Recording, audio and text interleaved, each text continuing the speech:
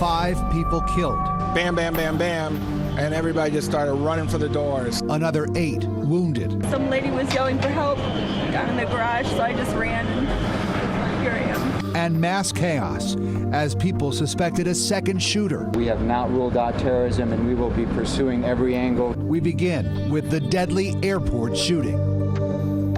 And you are now looking live at Fort Lauderdale-Hollywood International Airport. It remains closed this hour, though we are told that they are working to get it back up and running by 5 o'clock tomorrow morning. Still a lot of people there in South Florida now knows the violence and mayhem an active shooter can cause, and it happened inside the baggage claim area at Fort Lauderdale-Hollywood International.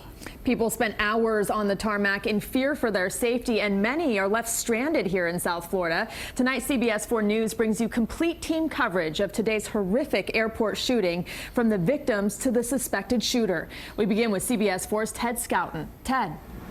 Ruta and Rick, tonight the FBI is not ruling out terrorism. They held a news conference just a little while ago. As a matter of fact, at this point, they're not ruling out anything really. The big question, though, right now is what caused that shooting in the first place that happened inside of Terminal 2, downstairs by baggage claim. Stop firing deputies downstairs. Panic inside Terminal 2 at Fort Lauderdale-Hollywood International Airport about 1 in the afternoon as a gunman opens fire at baggage claim. The gunshots were literally just coming from behind me.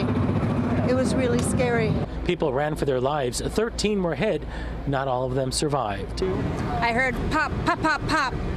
And then the herd of people immediately after that were just running, and they're all like, run, run, run.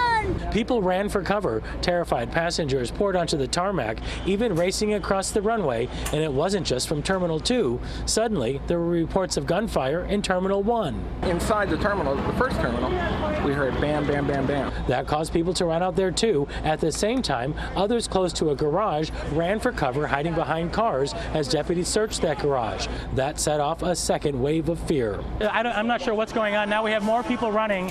Sheriff Scott Israel said all those fears were unfounded. There's been no shooting at any place else but at the downstairs of Terminal 2. The suspected gunman is Esteban Santiago. We're told the 26-year-old is ex-Army, that he boarded a plane in Anchorage, Alaska, checking a gun into his bag. After a layover in Minnesota, investigators say Santiago boarded a Delta flight to Fort Lauderdale.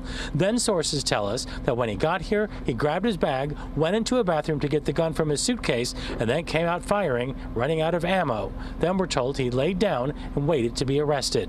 The FBI has the case now. They're still trying to figure out a motive. We have not ruled out terrorism, and we will be pursuing every angle to try to determine the motive behind this attack.